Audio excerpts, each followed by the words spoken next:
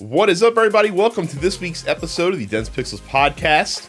Back this week. Look, we were all very busy last week. Unfortunately, we were out living our lives. I was, neck deep in the tale as old as time of the story of the classic tale of the Japanese high school boy who accidentally stumbles into a metaphysical alternate dimension.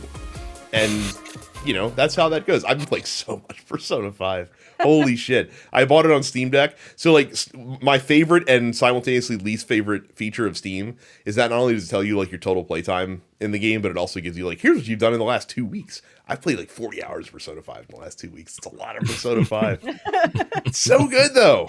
So good. I made it past where I left off on the Super Nintendo version. Or Super Nintendo on the PlayStation 4. Shin Megami Tensei if that would be the Super Nintendo version. Yeah, but no, it's been cool. Like I said, I've been enjoying how the characters have how their stories have developed, and the music just continues just laying out banger after banger, which is also quite insane. It's unfair that the soundtrack is relentless, does not let up in this game. So, no, very good. Makoto is bae. That's what I discovered as well. I'm glad you came around to Makoto. I like Makoto a lot. I love Makoto. I love her. She's not my waifu, but I told Carrie I've never 180'd harder on a character in such a short amount of time, because I would have what a bitch to be I would die for her. Honestly, I would. Yeah. So, but yeah, it's been a good time. Makoto's super cool. The fact that she's her affinity, her elemental affinity is really cool. Very powerful. But I am forever a simp for Kawakami. So, but that and me and Carrie, we've almost done a trading places, because here I am playing the anime themed JRPG, and Carrie finally has played a game that Mike and I have been begging her to play for literally the last 2 years. A lot of people have been begging me to play this game for literally the last 2 years, and everyone was fucking right, and I'm a big stupid idiot. Hades is really good, and I'm dumb and wrong, and everyone else is smart and right. What else is new? I feel like this was a combo of things that finally got me to play it, where one, the orchestra did a Hades song this season. We performed In the Blood, so I've been listening to a lot of Hades music for the last 6 months. 2, we'll touch on it more in a minute. They announced a sequel, so everyone's yapping about Hades again. And 3, basically enough people finally got on my case for playing the music and being into the music, but not having played the game. Enough people who I see in person every single week were why haven't you played Hades yet? That it finally wore me down. And also it was on sale for 50% off, so I only paid $12 for it. So I was cool. Fuck it, I'm in. And I got my first 2 clears today, so I understand now. Everybody was right. All the characters are hot, and Thanatos is he gay. He rolls up and he's just I can't believe you left without telling me you were leaving, and I'm this is called codependency, and this is not healthy, Dan. No, all the characters are great. I'm super in. The builds that I managed to get my first 2 clears on were very much based around Demeter's laser beam crystals, because man, those can do a lot of damage if you power them up right. So. And I'm sure I will be right back in as soon as we are done recording this podcast. Like I said, wait until you start tweaking things up with the Pact. Now that you've unlocked that and can start digging around there, so it's cool. Who is your Hades bae, Carrie? By the way. Oh man, overall, who would I want to jump at large? Because I know there's only the 3. Is there only 3? Actual? I thought there was more than 3. No, there's only the 3 actual romance options in that game, and it's Thanatos, Megara, and Dusa. And as far as I'm concerned, Thanatos, Megara, and Zagreus are just a thruple anyway. So I don't feel like I have to choose. The bisexuals continue to win, and it's fine. At large, though, like, God, all the Olympians are just super hot. Like, Dionysus can fucking get it, man. Like, real himbo energy from him, though. yo, he's the biggest himbo on earth, and I love him. No, very cool. I need to revisit Hades, because now that I have it on PC, I can import my Switch save, which is great. Because when I got it on PlayStation, I was like, I don't feel like starting from the beginning again. Let me just play it on the Steam Deck, because it'll be nice and pretty and run very smoothly, unlike on the Switch where it's merely okay. So, well, that doesn't surprise merely me. fine. You alluded to the Game Awards. I sure did. That was last week. I got to tell you, I don't know why I watched the fucking thing, because I certainly didn't care about any of the awards, and they were literally posting the trailers on YouTube at the same time that they were posting them. Airing them on the show. So like, but here's the thing about the Game Awards is that if you didn't watch the Game Awards, you wouldn't have been subjected to 10 minutes of Christopher Judge's acceptance speech. Yo, he talks forever, and you could tell that Jeff Keighley was so mad about it for like the rest of the night, because he kept making references to like speeches being too long and not having enough time to do stuff. It's like, bro, you could have started playing him off after the first 2 minutes, and you let him continue to talk. He just went on tangent after tangent, and they did try to play him off, and it didn't matter eventually. But after like they didn't start that music until literally after 10 minutes, and meanwhile Al Pacino was like still on stage. Which was bizarre, by the way. Like, what a weird way to open that show. He's like in presenting our first award, Al Pacino. I'm like, Al Pacino? Like, what the fuck does he have to do with video games? As soon as Al Pacino came out and said, well, never thought I'd be doing this. Like, all right, well, I'm turning this off, because he don't want to be here, and I don't want to see Al Pacino.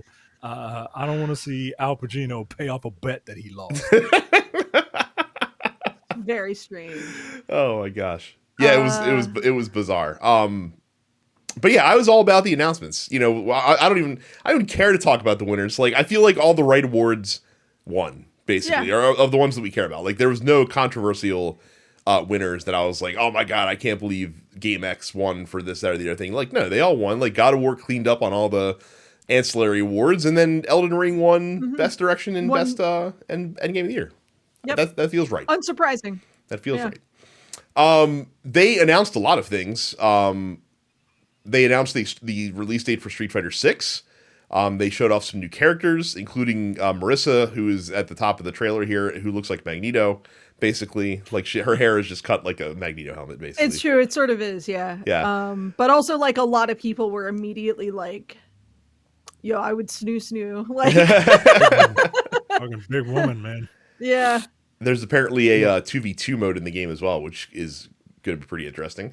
The Hades 2 announcement that Carrie alluded to, I was shocked that this was, like, I saw Supergiant, I'm like, ooh, can't wait to see what's next. Yeah. And then they're like, Hades 2, and I'm like, I'm excited to play more Hades, but I'm also disappointed that it's just more Hades. Like, I want to see what the next big thing is from them. You know what I mean? Like, they've never done a sequel before this. Right. I mean, I feel like of all of their titles, I'm not surprised that Hades would be the one to get the sequel, given that Hades is by far their most mainstream success. Like, honestly, a big part of the reason why I had not played Hades for a long time, beyond the fact that I don't typically enjoy roguelikes, is I had played Supergiant's earlier games and they never really clicked for me. And I'm sure a lot of people probably feel the same way. So Supergiant, at the end of the day, is still a company that wants to pay the bills. So why would they not make a sequel to the game that won every single award in 2020 and, you know, keep that cash cow going a little bit further?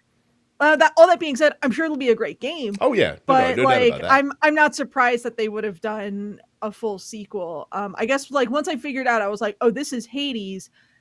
My immediate thought was that it was going to be like an expansion or DLC or something like that. And then they were like, nope, it's Hades 2. It's a whole additional game. So, I mean, good for them.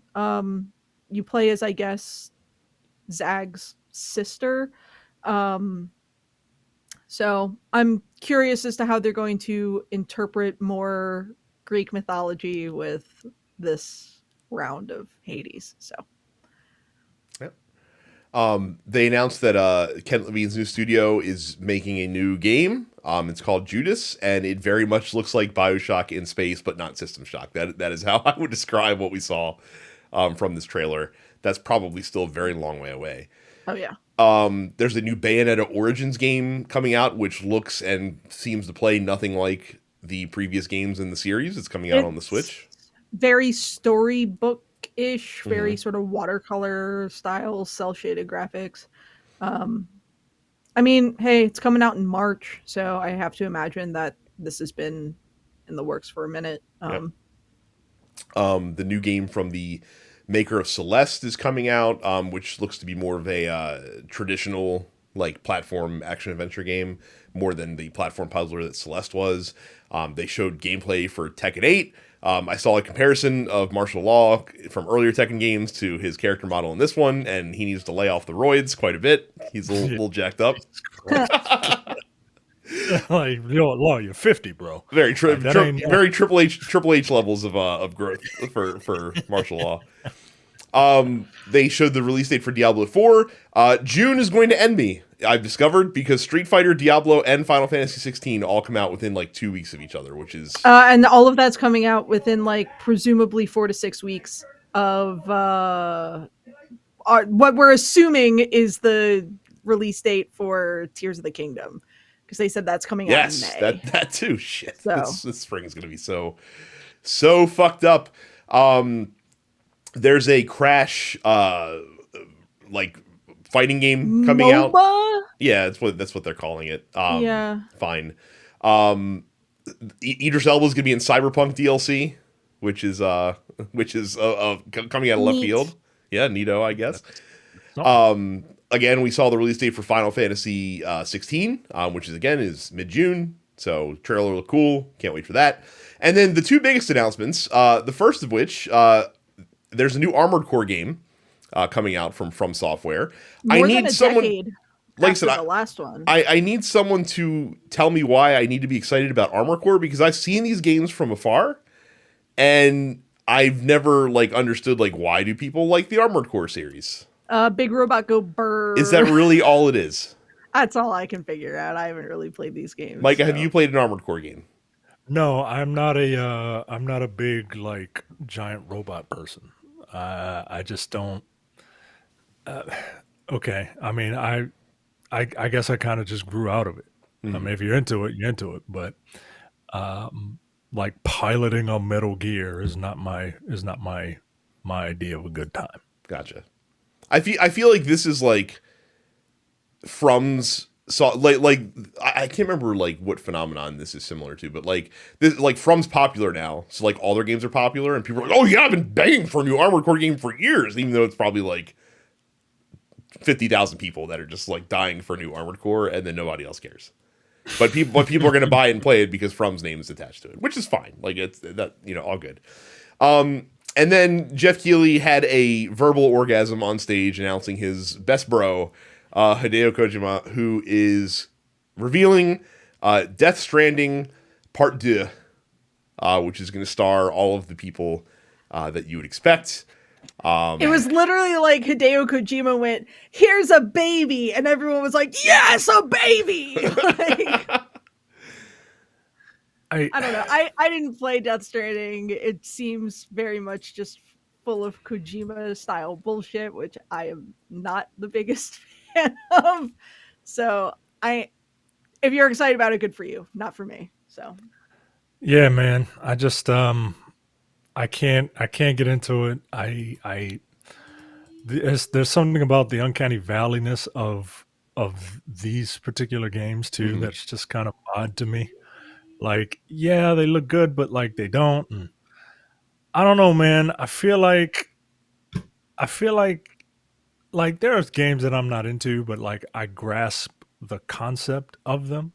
Oh, I I don't even don't know what the understand the fuck is appeal going of on here, this. man. Like I really don't. Like the world is at like a mailman is the only one that can save the world, bring the world, connect the world together, and he's got to walk on across the world on foot, and With a A, baby. he has a mailman who's the son of the president. what? What? Yes. All right, And he has to do busy work for holograms of Jeff Keighley and Conan O'Brien and things of that nature. And And isn't Conan O'Brien dressed as an otter for some reason? I don't know. And he's got to like build ladders. I'm sure that there are big fans of Death Stranding. I know that when the director's cut came out, that game got a second life, and a lot of people who really did not like it the first time through gave it another shot and said that the improvements that were made in the director's cut made the game like really enjoyable. Actually, I am just not there to play it. I'm really not. Like, it doesn't have the hook. It doesn't have that initial hook to get me in. We've talked about it a lot on the show about how Death Stranding just never really piques our interest. It's weird in the ways that like it's too weird. Like the thing, like Metal Gear's weird, but it has at least one foot in reality, or like based in reality. And there's this still like some kind of grounding to the Metal Gear series and how bonkers that story is. But like every time I look at the synopsis of Death Stranding, I'm like, I don't understand what is going on. Yeah. Like, I mean, Metal Gear might as well be a documentary compared to this, man. Like, I just don't. I don't know, man. People said, and look, a couple people have said, "Hey, this is good. I am never going to try this game. I'm never going to try it. It's PlayStation. I don't care. I'm never going to try this game. I'm just. I am blissfully ignorant. Yeah. Well, and that's the thing. My deck will never be clear enough to ever make time for this, even if I did have it for free. Like there'll always be something else that I'd rather play. Yeah. Or replay. Yeah. So yeah, nothing doing for the second one for me either. But yeah, those were the big announcements. They did also show that like Kevin Conroy is going to be the voice of Batman in the new Suicide Squad game. It's the last performance that will ever be of him in Batman. So that was a sweet little. Was that confirmed? Yes. Because I figured he would have had more stuff sort of in the. He was trying to get away from the character a little bit more and let other people kind of That's take fair. their turn at it, sort of. But Yeah. people kept wanting to get him back, so they kept throwing money at him. Yeah. So what are you gonna do? Not surprised. But yeah, that was the Game Awards in a nutshell. I did find it sort of funny that the Diablo news came out like literally 6 hours after a big Washington Post report came out. Bummer That for basically said like they had talked to like a dozen current members of the Diablo 4 dev team, and literally all of them were like, there's no way this game's going to be done and ready and good by this June date that they expect us to be able to hit at this point. Yeah. Like, it's not going to happen. We're going to be crunched to hell, and the game's probably going to suffer for it. And I'm like, cool, good luck. Thanks, Activision. You guys are doing great. Like, you guys learned nothing. Super good. Learned Nothing has been learned at all. So I read the story. I was a little bit, only a slight bit sympathetic in the fact that most of the quotes were given to people that were former employees of the studio and hadn't been there in a little bit. So like, I don't know if they have an accurate ground view of things, but then again, like they still talk to people, I'm sure, in the studio. Right. So like, maybe it's not that far off. Very unfortunate. Yeah, kind of hung over all the Diablo 4 stuff that they showed just a little bit with all the excitement around the announcement of the release date. look, if I want to play a high fantasy game next year, I will be playing Baldur's Gate 3. Thank you. finally comes out of early access next year. So there you go. But yeah, no Game Awards. I could care less about the awards. Just really, it could just be Jeff Keighley's trailer bonanza, winter trailer bonanza, and I'd be totally fine with it. Yeah. That's look, I mean, we all respect Jeff Keighley, if not, like him, but I guess He seems like he seems earnest, right? And he kind of built this from relatively nothing. All right, like I get it, and he's trying to make this the Academy Awards of video games. I get it. I respect If it. he's trying to make it the Academy Awards of video games, can he stop wearing shit like an awful looking velvet suit with sneakers on stage? Can that bullshit? That's literally his brand. God, Carrie was very upset about the sartorial choices of everyone there. It was just like so many bad choices across the board because it's a bunch of dudes who all look like they're coming from work and going to their son's soccer game and like haven't figured out how to like dress down a little bit. So it's just like dudes wearing ill-fitting suits on top of graphic t-shirts, and I'm like, please. We call that the Phil Spencer. That's right. That's Phil Spencer's work uniform. Oh God, at least his sport coat usually fits him right. Yeah, poor Doug Bowser. Like, did he lose weight recently? Because he was swimming in that suit jacket that he had on stage there. Good Lord. Yeah. Get a tailor, my man. You can afford it. You're the executive of one of the biggest video game companies in the world.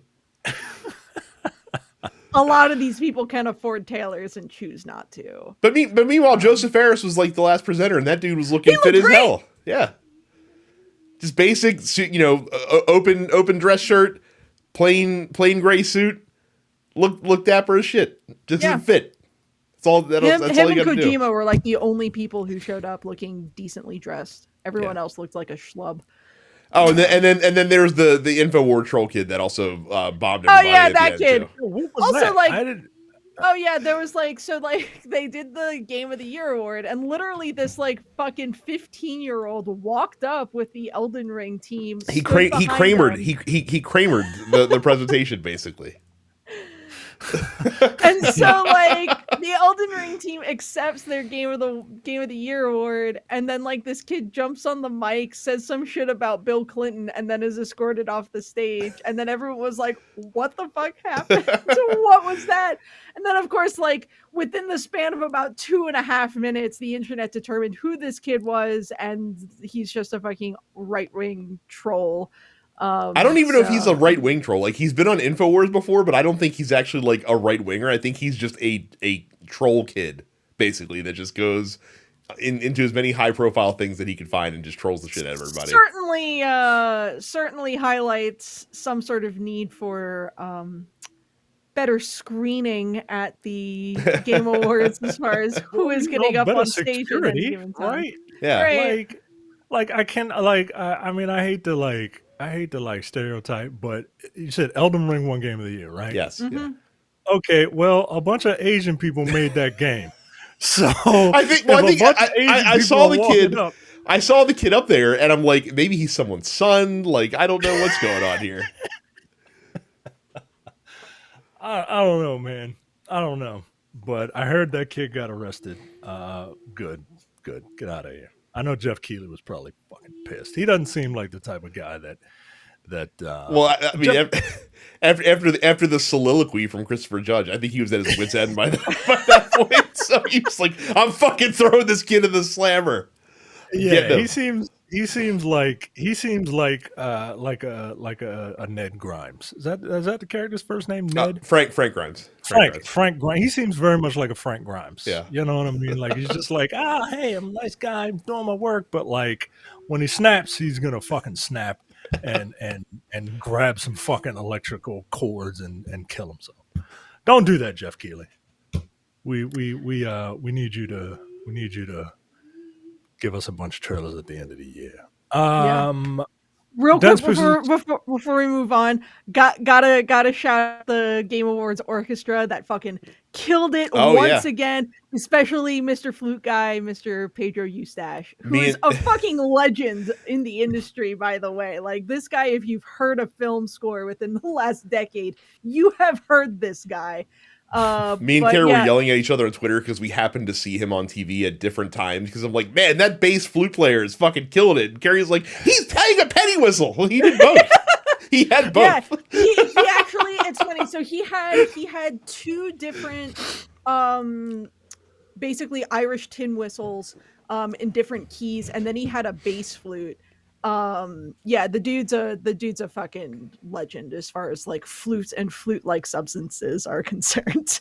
But yeah, he was going in like they cut back to him separate because like the director knew what he was doing. He's like, we got to get this guy on camera. Like this dude is fucking all about it. Yeah, the level of musicianship in the orchestra there. I mean, they're in LA, so I'm sure they just pulled from like the Los Angeles Philharmonic or whatever. I mean, they've got all the best session musicians in the world right there. So yeah, Pedro Eustache is flute guy, and he's fucking great. Love him. Love to see a guy who is at the absolute top of his craft in terms of musicianship basically be lifted up by a bunch of nerds because he like nailed a solo from the Xenoblade 3 soundtrack. Who is otherwise just like a sort of nameless, faceless musician. But he went on the Game Awards and had a absolute blast. So good for him. I haven't seen it, but there's something. It's a striking visual to see a flautist like blocking out. You know what I mean? Because well, it's one like, thing. Like it's one thing if it's like a small jazz like ensemble that you have and flute solos like going in. Like okay, fine. Like I get it. Like in an orchestra, like you don't see that every What's day. so funny about this in particular is the fact that like in the Baltimore Gamers Symphony Orchestra, one of our flautists is just as animated as that guy in everything that she does. Like it's just like it's very funny. She's also wickedly talented. But like she's fully in it all the time, and so I was just like, yo, this dude is just like Cheryl turned up a few notches. Like I said, Gloria Estefan did not lie. Eventually the rhythm is going to get you. So God damn it. DensePixels.com/fans is the link to our Discord. Go there and join, and we will wave hello to you. And you can look at all the different channels that we have, and you can talk about a variety of topics, including the World Cup. I hear that's a big deal. Almost over too, and it's been fucking. We're going to talk about it in the post office. It's been bonkers. As far as the results are gone, the football's been pretty crap, but the results have been out of control. We have a lot of different channels there. If you got a stream that you wanna advertise there, go ahead. If you have something that you would like us to talk about, there's the post office, and then we post everyone posts a bunch of video game news and just like fun stuff. So go to densepixels.com/fans. Go to youtube.com/densepixels and subscribe. Hit the bell notification icon thing and hit the thumbs up and look at our faces. Look at our wonderful faces. Look at me. I'm back. Go to youtube.com/densepixels just to look at me. You're welcome. That's right. Go subscribe to all of the... You looked very handsome when you said that to the camera too. Go to subscribe to all of our podcasts wherever you get your podcasts, including Black on Black Cinema, the Nerd Apocalypse, Coming Distractions, and the weekly preview episode of the Look Forward Political Podcast. And then go to densepixels.com/premium. Give us $50 for a year or $5 a month if you're feeling generous, and access the premium podcast, including the back episodes of Airing of Grievances. Look, I committed Jay to doing 3 episodes tomorrow. He already has one in the can that he forgot to edit, and we did that. We no bullshit. We did that back in April. I'm about to say that is a very Jay move. Yep. So I've committed him to do 3 episodes. He'll probably back out and be like, well, we already have 1, so let's just do 2. Because he hates work. No Time to Bleed, The Men with the Golden Tongues, Upstage Conversation, and the full 2-hour-ish episode of the Look Forward Political Podcast. And look, I know we don't update the premium shows as much as we should, But Look Forward gets updated virtually every week because That's there's right. always something interesting to talk about. Your $5 per month is worth it for the full 2-hour episode of the Look Forward Political Podcast. I listen to it every week. It is great. It's not, your stuffy, boring political talk, right? Like this is hosted by the thugs of news. You better put some respect on their name. Wow. That's our official nickname. Is it? It is. Yeah. I don't listen to you. You don't listen to it enough. I have to listen to you two every week on this show. You think I'm going to go out of my way to listen to more of your bullshit? You're out of your mind. We talked briefly last week about the FTC's intention to challenge the Activision Blizzard merger with Microsoft, and they have officially filed suit, basically saying that Microsoft has already proved that they are engaging in anti-competitive behavior with plans to keep Starfield and Redfall on Xbox consoles as Microsoft exclusives. So this bears some scrutiny. Again, I stand by what I said last week. I'm pretty sure this is just to squeeze out some extra concessions from Microsoft so that the FTC can look tough going after a big acquisition. This is just the fucking type of case that they want that's very public, very well known, that they can flex their muscles a little bit and show that it's not the same old rubber stamped FTC that we've been dealing with for the past several years. So I think they're just going to look tough in front of everybody and squeeze some concessions out, but I don't think it's going to affect the status of the deal going through. Yeah, I mean, I'm of two minds of this, right? Like, I kind of want them to to really take this seriously and not just kind of like you said, just going through the motions just because it's an incredibly high profile company. Oh, to be clear, I do too. Like if this were any other company like that divorced from video games, I'd be like, fuck yeah, like get them FTC, like let's fucking go. Yeah, like, man, you know, it's like I don't have a problem with corporations existing. I have a problem with one corporation existing, right? Like I don't like corporate consolidation, man. Like that's not cool. At the same time, maybe it'll give me a reason to turn on my Xbox. So that's true. It's very good. That's why my wife was like, what games are coming out next year? Looking forward to, and I talked about the stuff in June and a few other ones I'm looking forward to. I was like, come March, I'll fire up my Xbox and renew my Game Pass and play some Starfield for at least a couple of weeks, if not longer, if I really get into it. So great non-committal way to experience these. Hey, by the way, if you got Game Pass, Persona 5 Royal right now available on Game Pass on Xbox consoles, so no excuse there. But don't worry. If you get started now, you might be able to finish it before it comes off Game Pass. Right. But never fear, guys, because Microsoft is aware of the perception that's in the air. They're aware that it looks like that they're going to take all these very valuable gaming franchises and hoard them all to themselves. So in a firm and aggressive move to show everyone, they're like, guys, like, we are not hogging Call of Duty behind the Xbox paywall. We are going to guarantee that Call of Duty games in the future will always be on Nintendo platforms going forward. And Nintendo is like, what? Were you talking to me? Like, you're sure it wasn't like somebody else, like over there? Like, you, okay, I guess. Like, yeah, I guess if you want, Call of Duty to be on Switch, sure, we'll come out with, Call of Duty Modern Warfare 2 low res edition. Like, that's great. It'll be fun. Sure. This announcement was met with the correct amount of ridicule, because who gives a shit? Call of Duty's on Nintendo consoles. Like, I'm looking at this tweet in this article, and this is why this is coming to this.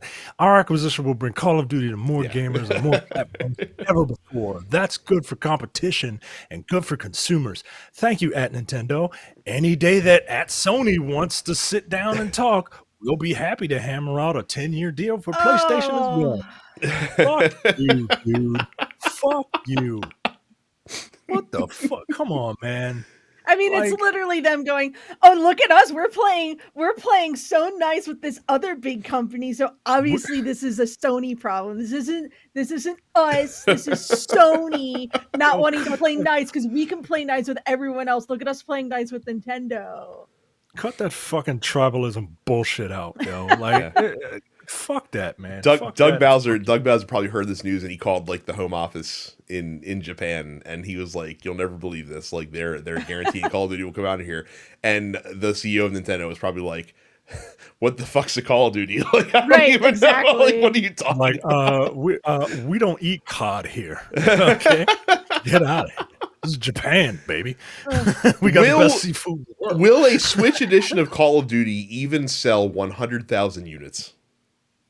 No. Well, maybe. I'm dying to see what it looks like. I'm gonna say maybe simply because of the fact that, like, I'm sure for some people there's some degree of morbid curiosity about how it's going to play to begin with, and also how many Switch consoles have sold. A lot. 114.3 million. So that means they only have to sell Call of Duty to less than 10% of the total amount of people who own a Switch. And I feel like they can probably pull that off. I have an article here from the last time that there was a Call of Duty game, a new Call of Duty game released on Nintendo console. Now, granted, it was for the Wii U. This is the Wii U, so you have to bake that consideration in. However, they put out like what, World at War on the. No, it was Call of Duty Ghosts. Call of Duty Ghosts is the last one. Okay. So, according to in the first month of sales when Call of Duty Ghosts first came out back in 2013, the Wii U sales accounted for 1/3 of all Call of Duty Ghost sales across all platforms. Yo, come on. Again, how many Wii U lifetime sales? Look, if we factor in the amount of Switches compared to the amount of Wii U's, I will bump that 1/3 up to a generous 2%. They will sell 2% of all Call of Duty games on the Switch or whatever order the Switch successor is. Only ever sold 13.5 million. So correct. Yeah, that's why I said, factoring that in, like, I understand the Wii U very unpopular, but I feel like that the type of people who would buy Call of Duty on a Nintendo Switch probably owned Wii U's. That's my rationale. I disagree. I feel like here's the other thing too, right? Is like I'm sure you have a whole generation of families who own Switches and may not have been able to secure or afford something like a PlayStation 5 or an Xbox Series S. And nothing better to play for families than the M-rated military shooter. You know what I'm going to say, though, is like you have a whole new generation of fucking 12-year-old boys who all want to play Call of Duty who do not have the latest and greatest console, but they do have a Switch, and their fucking 45-year-old mom is going to be like, "Look, little Billy, look what I got for you. I got you this game that you've been asking for on the console that you have." Yeah, but little Billy has a smartphone that he can play Warzone on. Like, he doesn't need to play. Doesn't matter, because you and I both know that there are a lot of middle-aged moms out there, a lot of suburban white women out there who are going to go out and buy this for their kid, thinking it's what they actually want, and it's not. This would be getting your kid Call of Duty on the Switch would be the equivalent of getting them Lee Trevino's putting challenge. Like that's basically the caliber of game. I'm not disagreeing with you. I am, however, saying that by nature of the fact that a fuck ton more people own Switches, you're going to have more people buying the game than you did the last one. I don't think you're wrong about that. But I can't imagine that many people are going to care about this. It is, as we said, it is just a ploy to regulators to be like, 100% a ploy to regulators. I think it's stupid as shit. I don't think Nintendo wants Call of Duty because clearly they have sold hand over fist their own hardware and their own software for the last 6 years now. They don't need Call of Right. Duty in order to make profits to the stratosphere. I think the whole thing is very funny, but I would be curious to see what the sales numbers of Call of Duty end up being, because again, I do think you have a new generation of stupid parents who are going to buy it for a new generation of stupid children. If you even see it come out, because I don't think like I don't think I know that that Microsoft is going to outsource the porting of this game to some fucking fly by night developer, and like maybe Nintendo would have to be in charge of it. I don't know, but it's going to be gross. And honestly, I don't think we'll see it on this Switch either. Like, I think it's going to wait until whatever the next Nintendo console is going to be before we start seeing it on there. So, Micah, you've been gone a while, so you've been playing a little Ragnarok for a few weeks here. You've also been playing Midnight Suns, which I'm actually more curious to hear about. And the reason I am is because I got scared off by the reviews for this game, because I heard everyone talk about how the combat's really fun, but like 70% of the game is talking to your homies at the home base. Well, I have a lot to say about Midnight Suns. So I'm gonna do Ragnarok first, because Ragnarok is what it is. It's AAA gaming at its most AAA, right? It's at its most like blockbuster. The game has always the first 2018 God of War looked great. This one looks better. This performances are still stellar, particularly from one character who was a side character, not side character, but a tertiary character. I don't want to spoil anything, but that actor is giving a tremendous performance throughout that game.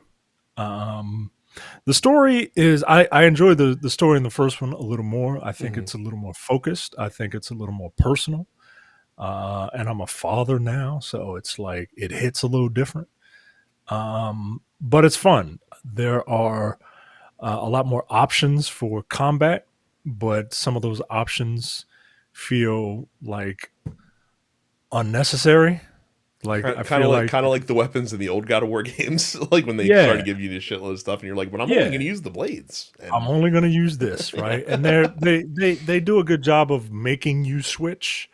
Certain enemies can only be defeated with certain weapons and stuff like that, so they make you do it. But I've got a weapon in the axe that's a short range weapon and a long range weapon. I have a weapon with the blades that's a medium range weapon. I don't really need another weapon, but they give you another weapon. So it's but the combat is fun if you make it fun.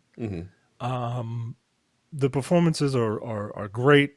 Odin is played by Richard Schiff, who is, at first I was like, what is this? But as the story progresses, I dig what he's doing with Odin. It's super fun, man. Like if I wouldn't recommend it to you two. You couldn't get into the first one. No. So you're damn sure not going to get into this one. And Carrie, I don't think you would even entertain the thought of playing God of War. But it's fun. I enjoyed it. Midnight Suns. I'm playing Midnight Suns. I'm having a very good time with Midnight Suns, but this game got some problems. One of which I think was fixed right before we started, because a patch just got pushed out. Because the game has some issues where it is crashing, and that like the way the game saves, it auto saves, but it doesn't auto save as frequently as you think. So you could lose. I lost about 2 hours today, and that sucks. That sucks. Especially given the part of the game that I don't like. But I'm going to talk about the part of the game that I do like. The game is, I was apprehensive when I first saw it, right? Cards Cars, that's for nerds, right? No, I'm having a good time, like trying to build up a deck and for each of my characters. And the way the game plays during combat, well, there's the gameplay loop is you wake up in the morning, you talk to people, you do a mission, you play the mission, you come back at night. Apparently, the mission takes all goddamn day. You come back at night, you talk to people, and then you go to sleep, and then you go back, and then that's the loop. The missions are pretty simple. Defeat the enemies or protect this device. The combat is really good. It's complex, but it's not complicated. You get a deck of you draw cards for your various characters. You have 3 characters, and like let's say you draw 5 cards. Each of those cards gives you a heroism point that you can use to play different types of cards. But those are incredibly limited, Mhm. and you can only play 3 cards in a turn. Now there are other things that you can do to extend your turn. Certain cards have the ability to refund your card if you KO the enemy with that one move. Certain characters like Doctor Strange have the ability to allow you to play up to 4 cards in one turn. And it's very, and you can redraw cards, but you can only redraw a certain amount of times. And sometimes, like, I've had to restart certain encounters, and the encounters play entirely differently, right? Because I redraw certain cards and that weren't available the first time I tried it, and it's really good, man. It's really fun. I think you would really, really, really enjoy the combat in Midnight Suns. But This is a big old butt, man. The story and the daytime stuff, the morning stuff and the evening stuff, and everything that's not combat is a bit of a slog. Like there's only one analogy that I can make for this, and it is as if the story was written by Ernest Cline. It might as well be It might as well be Ready Player One. God Marvel. damn it! That's the worst book ever written. It's just a bunch of references, and you play. It's like insertion fantasy, right? Like you create this character, the Hunter. Like that's the character's name, the Hunter, right?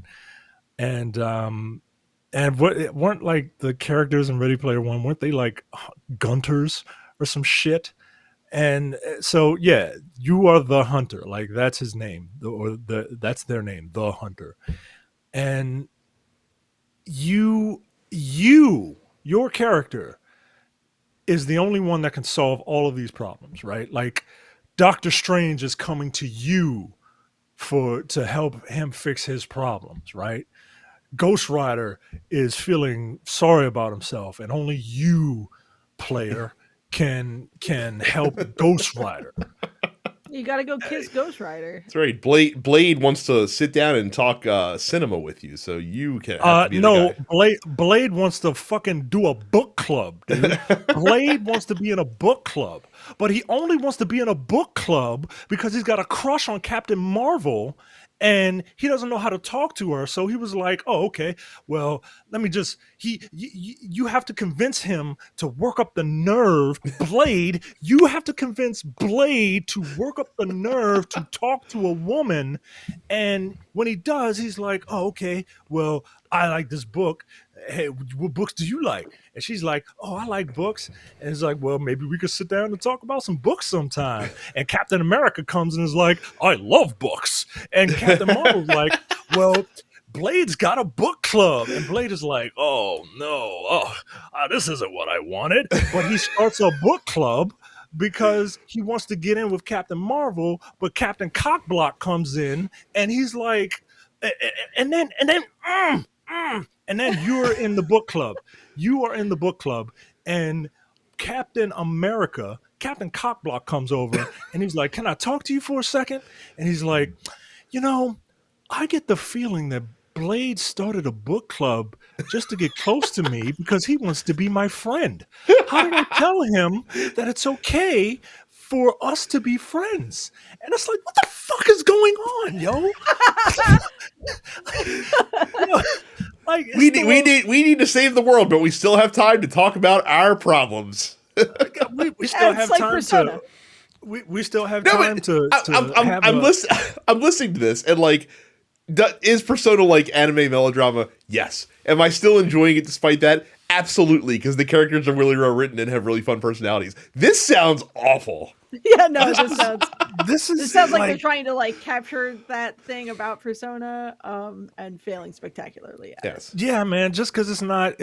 This is no like. This is. There's no character that like.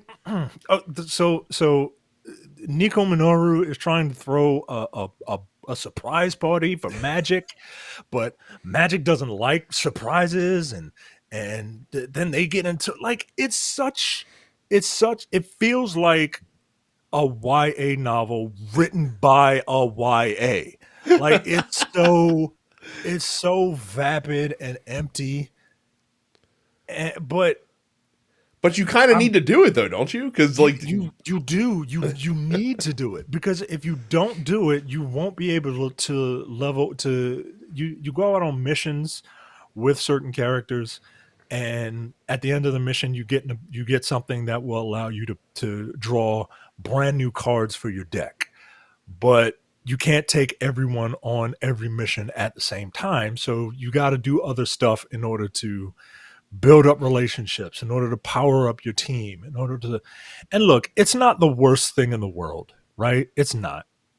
But like when Ghost Rider and Spider-Man have shop class, and then Tony Stark inserts himself into it, and then he kind of takes over, and Spider-Man and Ghost Rider get all upset that Iron Man's taking over their little club, and then I gotta fix their fucking problems. Nah, man. Like, it's just you didn't pull me out of a 500 years sleep to deal with petty bullshit, did you? You sons of bitches. Like, what the fuck is going on, dude? It's wild. It's not the worst thing in the world. It's not to the point where I want to put it down, because yeah, man. I saw one review after I got this. I saw one review. He was like, I recommend half of it.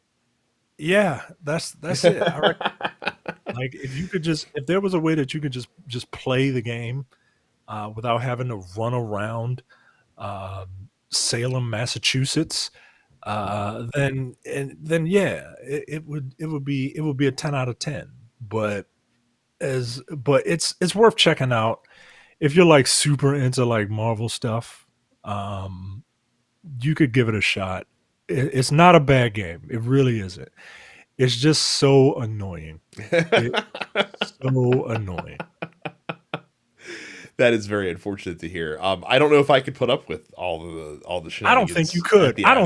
I really don't think you could. I really. So maybe if they come out with like the slim version of Midnight Suns, where it's like just the card game and we'll boost your stats the same way you would on like an average basis, then I'm like, you know what? Let's fucking go. Let's do it. Yeah, man. Like, because you can like, it's so satisfying to like do combos and it's so satisfying to like get 8, 9, 10 turns out of one turn. You know what I mean? Like, see, it's so. I'm enjoying hearing you talk about stuff like this, because now I feel like your heart is opening up to the wonderful world of card games. I mean, look, it kind of is, man. Like, I wouldn't mind trying other things, especially if I don't have to fucking adjudicate the problems of fucking superheroes. Oh my goodness gracious. Well, hard pivot, Carrie. You're gonna have to talk about this now. The headline is a bit misleading. I have to say, I learned more about the story once I read it, but I'll let you say the headline, because the headline's very funny to me. Yeah, I mean, it's, here's a sentence.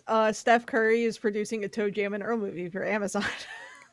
That is a technically factually correct statement. Yeah, technically factually correct. Yes, so the best kind. Basically, this is coming from Story Kitchen for Amazon Studios, and basically Steph Curry is throwing some money at it in some capacity. Well, it's he has a production company, Steph Curry does. Yes. That is funding this.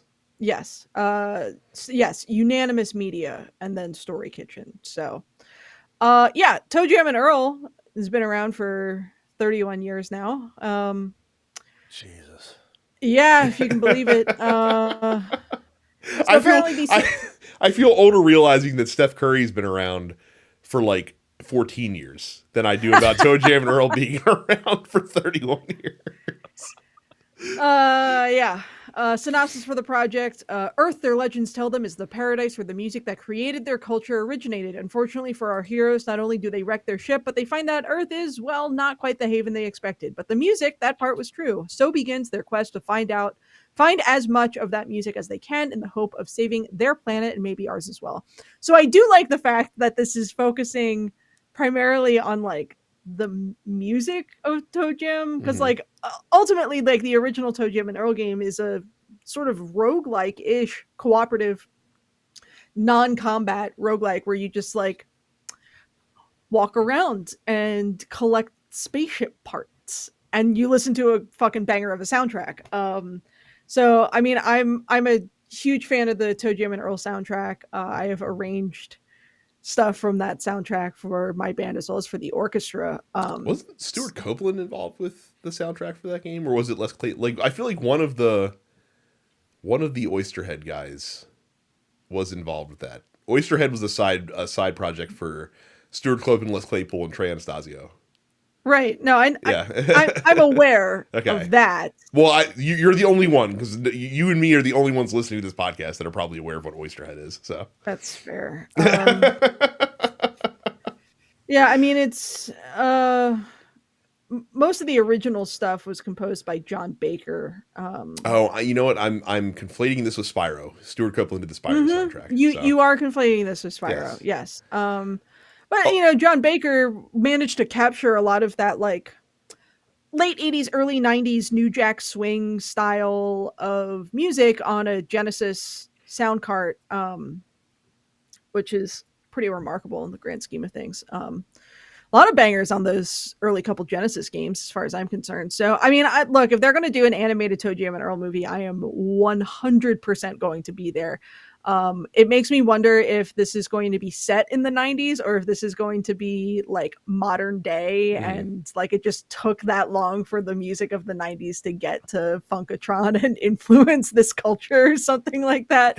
I don't know. I'm curious. I feel like there's a lot of fun things you could do with a Toe Jam and Earl film. I mean, I don't think Toe Jam and Earl is a property that is inherently going to put butts in seats in the same way that fucking like Sonic or Pokemon will. I don't know if this would be a theatrical release necessarily. Oh, I mean, you know what I mean? Like it's not going to have the same level of draw as other video game adaptations, but I like the idea behind it. Of course, I am inherently biased because I really like Toe Jam and Earl. So I don't know. It's not something I would have ever expected to happen, that in 2022 we're getting an announcement that they're working on a Toe Jam and Earl film. Like, cool, like I'm in. I hope it's good. I would love to see who they have working on the soundtrack as well. Because they had a bass guy, Cody Wright, work on updated mixes of all the classic tunes as well as some new stuff for Toe Jam and Earl Back in the Groove, which was the game that they kickstarted a few years back that went back to the style of the very first Genesis game. And I really like that soundtrack a lot. Those sort of updated, very bass heavy takes on a lot of those older Genesis tracks, I thought was really well done. So it makes me wonder if they're going to go with him and have him continue to work on that music, or if they're going to completely rearrange it for the film. But regardless, I will be there to watch it. So very cool. Well, for all of your Toe Jam and Earl needs, go to densepixels.com/Amazon. when you go Is to there Dens- Toe Jam and Earl? oh, there's Amazon's got everything. There's Weird. a Toe Jam and Earl Back in the Groove Switch limited run for $74.67. Yeah, all that limited run games shit is stupid as hell, as far as I'm concerned. Whatever. Royal Retro Toe Jam and Earl USA label Flash Kit MD Electroless Gold PCB card for Sega Genesis Mega Drive. Here Seems you go. legit. Here you go. A Toe Jam and Earl 1991 Retro Gamers tank top for $22.99. You can get yourself a tank top with Toe Jam and Earl. Toe Jam and Earl I never got into. Probably because I didn't have a Genesis. Yeah, we were both Super Nintendo kids, so yeah, so we missed out. This is what you guys are saying. Wuzzle. Toe Jam. I'm just trying to get as many Simpsons references. I think we're up to 3 now. That was a little. Now look, admitted that was little ham-fisted. I gotta say. But look, I gotta get I've been off for 2-3 weeks. I gotta get my groove back. But yeah, go to densepixels.com/Amazon. Before we get to the post office, I have bad news for you guys. The reason that Days Gone was not a success was because of us. It's our fault. It's not launched. So yeah, Days Gone came out back in 2017? I want to say 2018, somewhere around those lines. All right. Yeah. So Was it that long ago? It's been a couple years. 2019. Sorry, 2019. Okay. It's been a couple years. If you guys remember the reaction around the game when it first came out, the game did not set the world on fire. It got better. Like the consensus around the game is that it's, perfectly mid in terms of like Sony's first party catalog. Like it's fine. It's a decent game. But it didn't set the world on fire. It's certainly no Ghost of Tsushima or anything of that sort. And the former director of the game and writer, John Garvin, pinpoints why. There's 3 big reasons, guys. The first issue is that it had tech issues, like bugs, streaming, and frame rate. I'm quoting from him, by the way. 2, it had reviewers who couldn't be bothered to actually play the game. That's why it got such terrible scores. And number 3, probably most important of all, it had woke reviewers who couldn't handle a gruff white biker looking at his date's ass. What? That's why, Micah, because the reviewers reviewing the game were just too woke. Just too woke. Well, first of all, is that something that happens in the game? Like the guy is like, nice ass, baby. She's got a great ass. Is where it goes to Al Pacino. I can't do that line rejustice, by the way. It's a banger. There's an early flashback sequence in which Deacon and his date explore Oregon, walking a trail, taking in the sights. His date stops to show him what he's looking for and bends over. Deacon steps back and says, "Yep, found it," and the camera pulls back to show him ogling her. I mean, I get where he's coming from, because as soon as I saw that scene, I was like, well, that's it for this game, and I ejected it in 6 out of 10, right on the pile. That's exactly it. I mean, of course, people were pretty quick to point out that claiming the pro tag of Days Gone was just too much of a badass for all these woke reviewers is very silly. We're told Deacon is a gruff, badass biker, but in actuality, he is dull, docile, and does whatever he's told by those in authority, and his agency is limited to whining to himself. I mean, at large, like, the game itself is just fucking mid across the board, and, not really taking into account the fact that, like, people were really sort of burnt out on this particular style of gameplay and setting to begin with. So I'd like to read another quote from video maker Chris Franklin, and he said, quote, "What's wild to me is that I don't think anyone actually hated Days Gone. The consensus was that it was perfectly fine, cromulent, does what it says on the tin. At a time when full to the brim with open world games and zombie games, it certainly was one of them. So it's weird to be aggrieved by critics who neither eviscerated your title, but didn't sing its praises with sufficient jubilance." And I really only read that quote because now we have 4 Simpsons references that we have read on the show today. I know Terrence played this game. Yeah. And he said he enjoyed it. Yeah, he said it was fine. Plenty of people bought it and said it was fine. It's a perfectly okay 7 out of 10 gaming experience. Not every game has to be 10 out of 10, and I'm not sure why this guy thinks that Days Gone of all games should have been reviewed at a 10 out of 10 outstanding game of the year, when clearly by all measurable aspects of what a video game is, it isn't that. It is not a remarkable, outstanding video game experience. It is an okay open world zombie game amid a glut of other okay open world zombie games. And to put a coda on this story, John Garvin, no longer with Bend Studios, is now working on games that have to do with NFTs. So of course, that's just the perfect cherry. Extra little cherry on top of that is the fact that Bend Studio, where he, the writer no longer is, basically said, "Yeah, we're aware of the comments made by our previous creative director. We don't share his sentiment. The rest of the team doesn't think this. We're proud of the work we accomplished on Days Gone. We're thankful to everyone who worked on it. Moving on." Yeah. So the most professional PR way to say, nah, fuck that guy. Quite. Look, there are video games that have fucking in them, so nobody has a problem with the dude looking at a girl's ass, right? Like, it just, I don't know, man. There was a big kerfuffle about an ass shot in Mass Effect 2. Mm-hmm. Game got pretty good reviews. Yeah. Yeah, I think it's because the game was good. The game was, all right. And guess what? They took that gratuitous ass shot out of the Legendary Edition, and a bunch of fucking incels on the internet cared, but pretty much nobody else did, because it really doesn't matter at the end of the day. It doesn't fucking matter. Because it doesn't fucking matter. So, we have a lot of questions in the post office because they've been stored up for the past 2 weeks. We'll start with Daniel. How toasted do you toast your toast? Like a nice golden brown. I'm at a 4 out of 6 on the toaster. That's a 4 out of 6? Yeah. I like a little dark brown.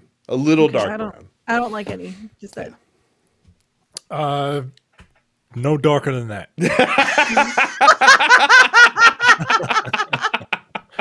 No darker than that. That's like a 4 out of 6. That's a 4 on the toaster. There you go. That's a 4. Like a smidge, like in between medium and medium high. If you don't have a numerical toaster at home. Yeah. So there you go. Johnny asks, any thoughts on the Panda Global / Smash fiasco? Yeah, we didn't touch on this story because frankly, I feel ill-equipped to talk about it. I don't think any of us are particularly well equipped. I'll give you the 30-second pitch. So apparently, Smash World Tour was a Melee organization. Nintendo reportedly asked them to stop holding official events after this year. The Smash World Tour people said that they actually said, oh no, also you need to cancel this year's event, which is happening in a couple of weeks. And then apparently related to that, but not related, is the Panda Global CEO who runs an official Smash Brothers tournament was like talking shit to vendors saying, oh no, that Nintendo's canceling the show, and their CEO had to step down. It's very sticky and messy. The Smash community continues to just be a dumpster fire. And yeah, sad for those folks though, if they didn't get their tournament. So, que sera, sera. Yeah, I don't care for Smash. Ricky has lots of World Cup. So again, the World Cup results in the knockout rounds have been insane. We are down to the final four. The final four, you have on one side Argentina and Croatia. Croatia beating Brazil on penalties to get to this last game, and Argentina almost lost to the Netherlands, who beat the USA in the beginning of the knockout round. And on the other side of the bracket, you have France, now considered the tournament favorite, who beat England, against Morocco. Of all clubs, Morocco has done a Cinderella run to the semifinal of the World Cup, which is crazy. Because Morocco, I think it's the first time an African nation has ever made it all the way to the semifinal in the World Cup. That's what I heard. Yeah, so that's bonkers. They won their group. Morocco is definitely the Cinderella team to get behind if you don't have a rooting interest in any of the other three teams that are existing behind them, because it'll be very fun to see them and Argentina match up in a final, because the Moroccan team is actually quite entertaining. They play with a devil may care style of play. So Even the neutral can dig it. But the football's been shit. Like the actual games for the most part have been pretty crap. In this tournament, I think that's a byproduct of putting it in the middle of the season, which is also probably why we're getting the crazy results, because all the top teams have players who've been playing a lot of minutes for their clubs throughout the season, and now you have this mid-season tournament and these guys are just fucking gassed. Like, I think that's all there is to it. I think that a lot of the top players and the top teams are tired, and it's allowing some of these other nations to kind of squeak through where you might not see them do so well. So that is my World Cup review so far. There you go. Let's see here. Anthony says, was expecting a Silk Song release date and instead got Hades 2. What was your favorite announcement at the Game Awards? I mean, for me, it was probably Hades 2, despite my mild ambivalence towards it. I mean, it's not an announcement because, like, it wasn't like a new game announced, but like that new Final Fantasy trailer, fucking, that was good as shit. Yeah. So. Yeah. The games that are coming out in June. Those are yes, the month of June was my favorite announcement. Yeah. LCT Wash says, is it impossible or would it just be too expensive to make your choice your choices matter game where you can do anything and get many different outcomes? I don't think it's impossible given contemporary technology, but I do think it would be very expensive because that's that much more writing that you have to do and that much more, presumably testing and whatnot. It's just, it's very difficult. I mean, even in games that have like numerous different endings and whatnot, I mean, I think of stuff like the Zero Escape series that have like dozens of different endings where like really, your choices matter on every single playthrough. Those are still sort of like limited into the realm of like visual novel and whatnot, which is, I think, the games that do have, true sort of like your choices matter and this is going to impact how the rest of the game plays out. You typically see that most often in visual novels and, styles of games that are somewhat limited in terms of their overall scope as far as like setting and amount of characters and where you can go and what you can do. If you're referring to like an open world game where every single choice that you make matters and has an impact on the ending, then yes, that would be probably prohibitively expensive to make right now. Yeah, typically you get there's two types of games you see now. So you see ones that have like the parabola effect where like an inverse parabola, like where like you start at the beginning and then your choices balloon outward as you go through the game, but then they all have to funnel down towards like a pretty narrow ending because it's hard to account for all of those narrative variables in a lot of games. And then you have like your Quantic Dream games that have like a ton of branching paths, but the stories themselves really aren't that good. Because they're so kind of banal. Quantic Dream fucking sucks, man. Yeah, like they're so banal to allow for all these variables that you don't get anything that's really crazy in there. And to Carrie's point, like especially if it's an open world game, it's very difficult. I don't think it's for lack of trying from game developers. And the thing that makes it frustrating is that there is a space in gaming that this does exist, but it's in the analog space because essentially a tabletop RPG is the do anything and your choices matter, because literally how the game progresses is in large part to the choices that the players make as they go through and how the dungeon master reacts to that. Yeah, so, just play D&D, man. Yeah. If you can find a group, that's the tough part about D&D is that it's not always easy to find a group that you want to do that with. So, yeah. Trey asks, with the release of the upcoming Super Mario Brothers movie, one would believe that a movie score for that is also coming. Is it possible that now Nintendo will finally make the various soundtracks available for purchase or streaming, or are they going to stick with being Luddites and keep it in a vault?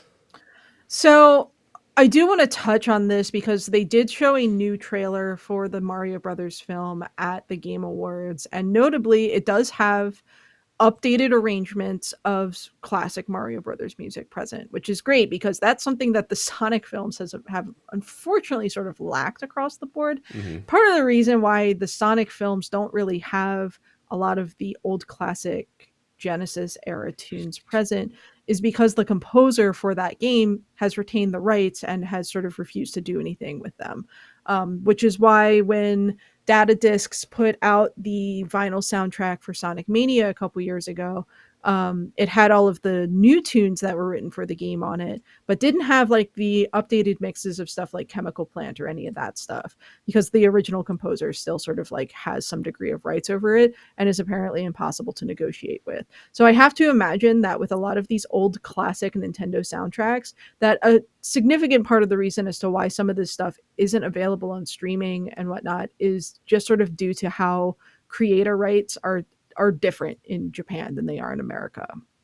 So while I'm sure we will get, the sort of updated Koji Kondo stuff for the Super Mario Brothers film and have some sort of degree of soundtrack release for the film, I don't think it's going to have any bearing on whether or not Nintendo is able or chooses to put out the other various video game soundtracks in any official capacity. I'll leave it at that. So, it is what it is. When it comes to video game soundtracks, the rights holders are very different than how it works in other industries.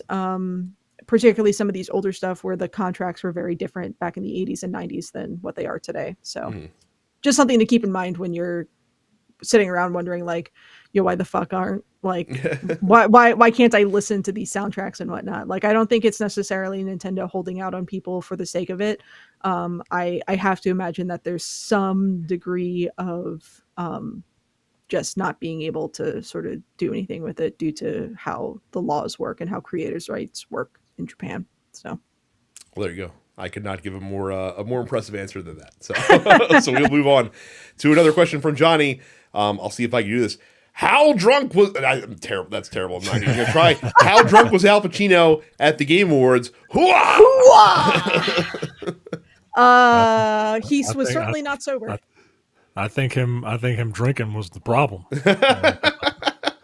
It's just like, this is part of your 12 step. He's an old man. Let him have his fun. 82 years young, Al Pacino. When he walked out there, I could not believe it. And then he started talking. It was just like, nah. Has that overtaken Keanu Reeves as the most surprising person to show up at a video game event on a stage at this point?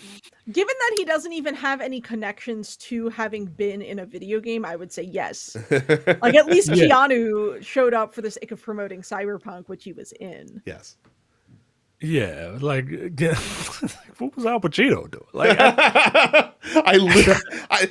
where did Jeff Keighley even get the idea to ask Al Pacino to come present an award at the Game Awards? I'm telling you, he lost a bet. Albert, look, fucking Jeff Keighley knows a guy who knows a guy who knows a guy, and that guy was like, hey, if I can be a face in the next Kojima game, I can get Al Pacino in for your Game Awards. And he was like, all right, let's do it. Bet. That's just crazy to me. That was my first thought. I was like, what? Like, what did you I hadn't even think to ask. To be like, yeah, like Al Pacino, it's me, Jeff Keighley. Like, who are you again? I can't, I can't do a good Al Pacino voice. It's unfortunate. And we'll wrap it up with Daniel. We've come full circle. Since it's not fair to literally every other game, what should the runner-up game of the year be? I cannot answer this question because we're probably going to be talking about our games of the year in the next couple of weeks, and that might give it away. Yeah, we'll hold off. So you're going to have to wait in suspense as we figure out what will be the consensus Dense Pixels game of the year, because I have a feeling that this year we are going to have 3 wildly different choices. I know, because I'm pretty sure the game that might win it for me, you two haven't even played. So we'll see if what happens there with that. But that is it for the show this week. Thank you guys very much for submitting your post office questions, which you too can do by going to denspixels.com/fans and joining our Discord if you haven't yet. You can also subscribe to the show wherever you download fine podcasts. You can go to youtube.com/denspixels. Subscribe there, ring the bell icon, hit the like button when you watch the episodes on there as well. You can go to twitch.tv/denspixels to follow the channel there. You can also follow our individual channels. Carrie Subbits Carrie. I am Dense Pixels Brad. Terrence is Apparition 410. Carrie, do you have any other music-related things to plug? Actually, well, so yes and no. Like, Orchestra's done for the year. We had 2 really great shows. We'll be streaming them on the Baltimore GSO Twitch channel this Friday and then again on Sunday. I'm sure I will remember to post a link in the Dense Pixels Discord. So if you didn't make it to either of the shows, you can still watch the recording of it. We sounded really good. Really happy with how the show went. So other than that, Quick Save will be at MagFest, not in an official capacity. You can catch us playing in a hallway at probably 1 a.m. on Thursday night. So, all right. Yep. I think we'll have one more episode before the end of the year, before we take our break. We'll do one early next week, and then we'll see in the new year. So look forward to that. That's it for us. Thank you guys very much for watching and listening. We'll see you all the next time. See ya. See ya. You're watching the Dense Pixels YouTube channel. Click the subscribe button while you're here and make sure you check out our weekly podcast where we discuss the latest gaming news and our impressions on what games we've been playing.